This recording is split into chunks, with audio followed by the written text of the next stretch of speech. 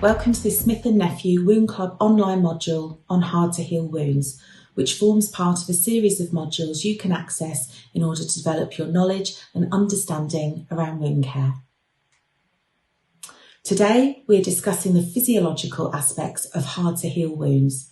After completing this, you will know what defines a wound as hard to heal, what influencing factors there are, and what physiological changes occur as a result of a wound becoming hard to heal.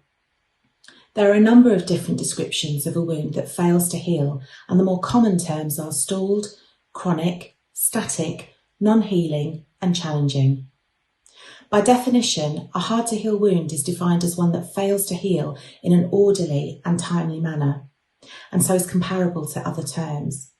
For the purpose of this presentation, we will refer to these wounds as hard to heal.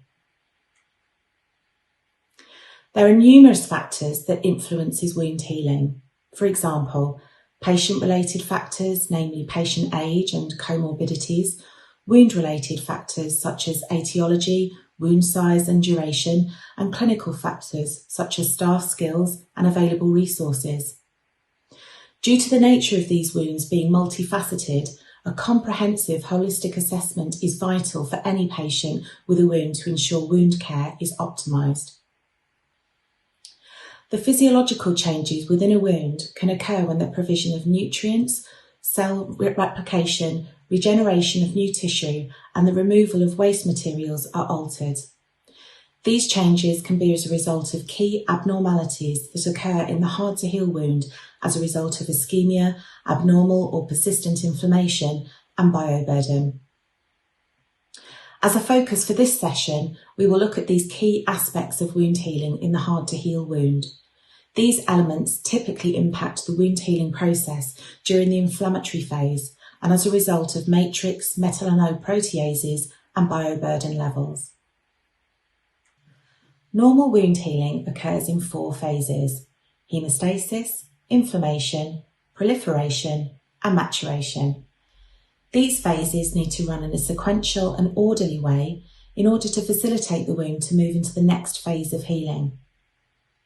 In hard to heal wounds, this is disrupted, and the wound cannot progress past the inflammatory phase to begin its regeneration and repair that occurs in the proliferative phase.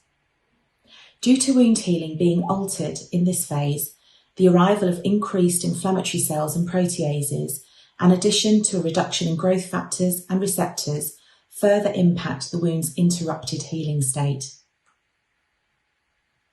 In normal wound healing, matrix metalloproteases, or MMPs, are essential, with many different roles in wound healing and tissue repair.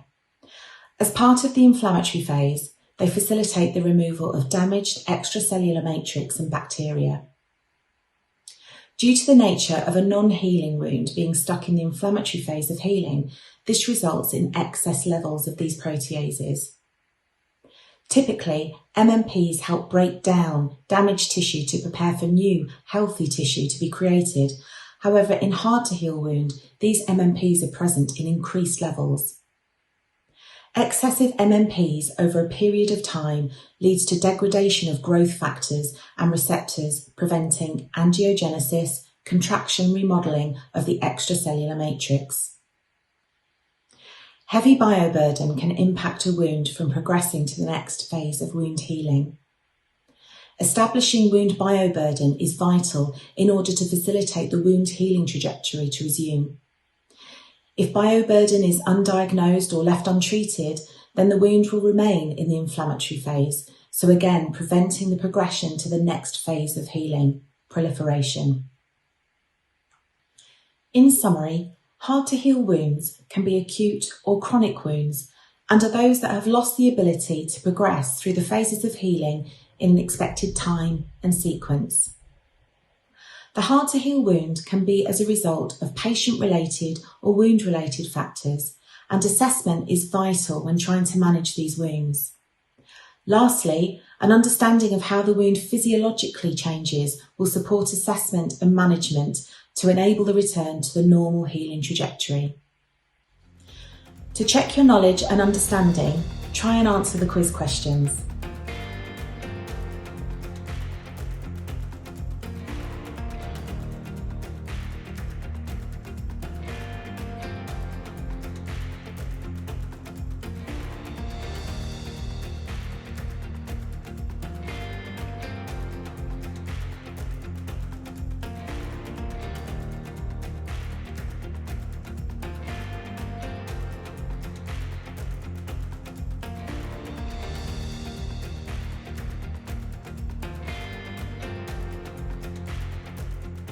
Du har nu gennemført dette Smith & Nephews Wound Club Online modul.